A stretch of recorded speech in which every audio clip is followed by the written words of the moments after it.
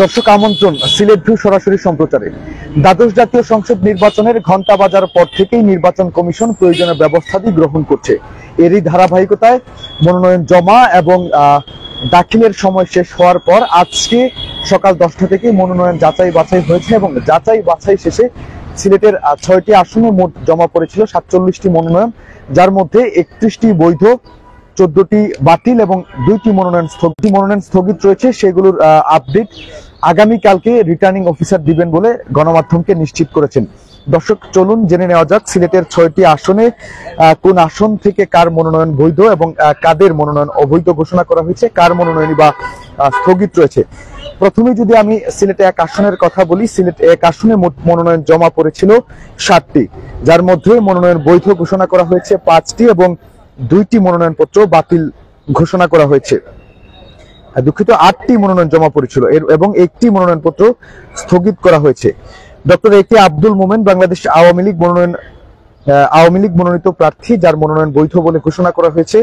আব্দুল বাছিদ বাংলাদেশ সাংস্কৃতিক মুক্তিজোট, তার মনোনয়নটি বাতিল বলে ঘোষণা করা হয়েছে। Yusuf Ahmad National People's Party, যার মনোনয়নটি মোহাম্মদ আব্দুল হান্নান জাকের পার্টি, যার মনোনয়নটি বৈধ বলে ঘোষণা করা হয়েছে। এছাড়াও ফয়জুল হক ইসলামী ঐক্যজোট, যার মনোনয়ন বৈধ বলে ঘোষণা করা হয়েছে। মোহাম্মদ সুহেল আহমদ চৌধুরী বাংলাদেশ কংগ্রেস থেকে তিনি মনোনীত ছিলেন, তার মনোনয়ন বৈধ বলে ঘোষণা করা হয়েছে।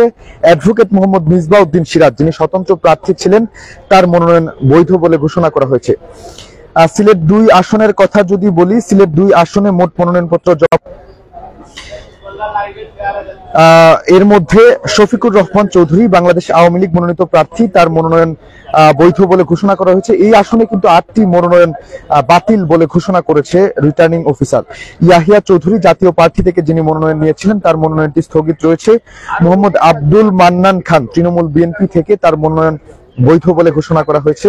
এছাড়াও মাহবুবুর রহমান চৌধুরী জাতীয় পার্টি থেকে, তার মনোনয়নটি স্থগিত রয়েছিল। মাহবুবুর রহমান স্বতন্ত্র প্রার্থী ছিলেন, যার মনোনয়ন বাতিল করা হয়েছে। মোহাম্মদ ছায়েদ মিয়া জাকের পার্টি থেকে মনোনীত প্রার্থী ছিলেন, তার মনোনয়নপত্র বৈধ বলে ঘোষণা করা হয়েছে। ইকবাল হোসেন যিনি স্বতন্ত্র প্রার্থী ছিলেন, তার মনোনয়নটি বাতিল করা হয়েছে। এছাড়াও Mohammad Monwar Hossain National People's Party থেকে মনোনয়ন নিয়েছিলেন, তার মনোনয়নটি স্থগিত করা হয়েছিল। মোহাম্মদ আব্দুর রব তৃণমূল বিএনপি থেকে মনোনয়ন সংগ্রহ করেছিলেন, যার মনোনয়নটি বাতিল বলে ঘোষণা করা হয়েছে। এছাড়াও মোহাম্মদ জাহির বাংলাদেশ কংগ্রেস থেকে তিনি মনোনীত ছিলেন, তার মনোনয়নটি বাতিল ঘোষণা করা হয়েছে। মোহাম্মদ মুশাহিদ আলী স্বতন্ত্র প্রার্থী ছিলেন, তার মনোনয়নটি বাতিল ঘোষণা করা হয়েছে।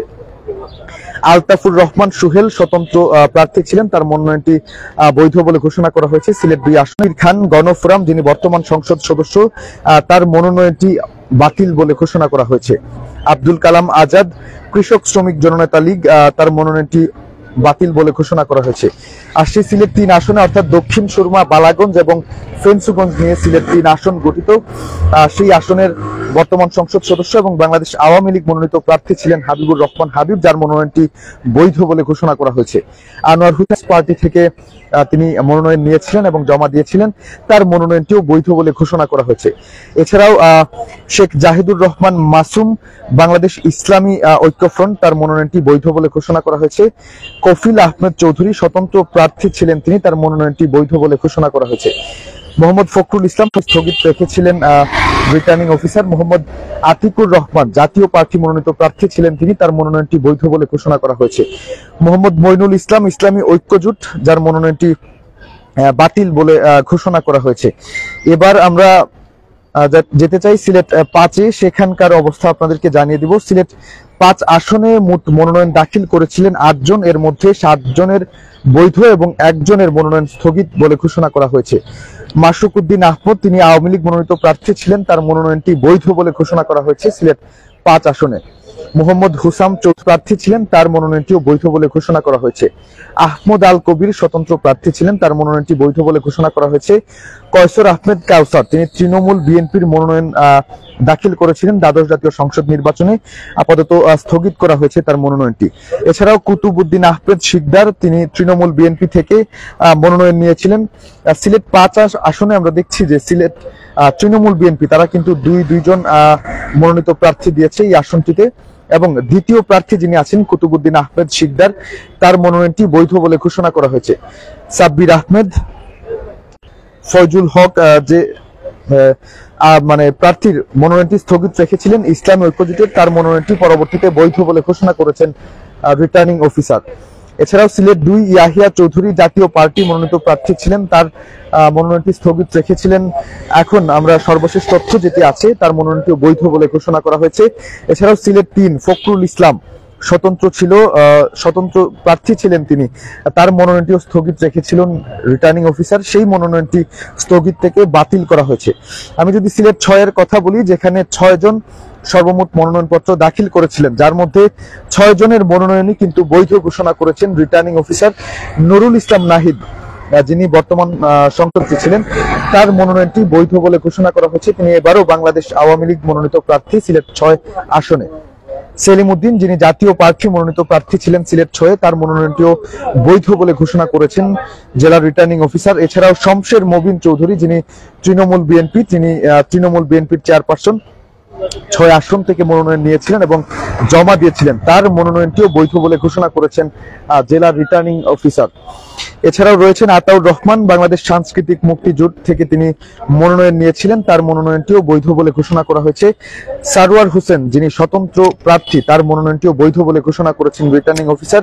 এছাড়াও সিলেট 6 আসনে সাদিকুর রহমান, ইসলামী ঐক্যজোট, তার মনোনয়নটিও বৈধ বলে ঘোষণা করেছিলেন। আরো একজন স্থগিত ছিলেন মোহাম্মদ মনোয়ার হোসেন, সিলেট 2 তার মনোনয়নটি বৈধ বলে ঘোষণা করা হয়েছে। সিলেট 2 মাহবুবুর রহমান চৌধুরী, তার মনোনয়নটি স্থগিত ছিল এবং সবশেষ তথ্য তার মনোনয়নটিও বাতিল বলে ঘোষণা করেছেন জেলা রিটার্নিং অফিসার।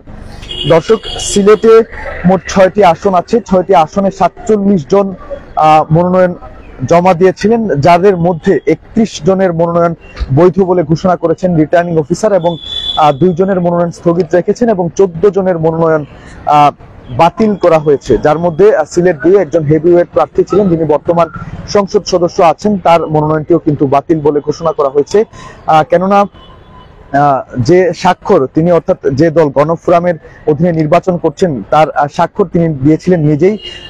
তিনি যেহেতু সেই দলটির দাবি করছেন, সেক্ষেত্রে তিনি নিজেই সেখানকার স্বাক্ষরটি করেছিলেন, কিন্তু এর পক্ষে তিনি কোনো প্রকার প্রমাণ দিতে পারেননি যে তিনি এই পার্টির বা দলের নির্বাহী সভাপতি। তো দর্শক, সিলেটে 6 আসনে যেসব প্রার্থীরা মনোনয়ন দাখিল করেছিলেন, তারা আজকে জমা দেওয়ার পর সেসব প্রার্থীদের মনোনয়ন যাচাই বাছাই শেষে জেলা রিটার্নিং অফিসার সেসব মনোনয়ন দাখিল শেষ করার পর যাচাই বাছাই করে আজকে চূড়ান্ত ফলাফল ঘোষণা করছিলেন এবং সিলেটের জেলা প্রশাসকের কার্যালয় এবং রিটার্নিং অফিসারের কার্যালয় থেকে সেই তথ্য আপনাদেরকে জানাচ্ছিলাম। এতক্ষণ আমাদের সাথে থাকার জন্য সবাইকে অসংখ্য ধন্যবাদ জানাচ্ছি। পরবর্তী আপডেট পেতে অবশ্যই সিলেট 2 সাথে থাকুন।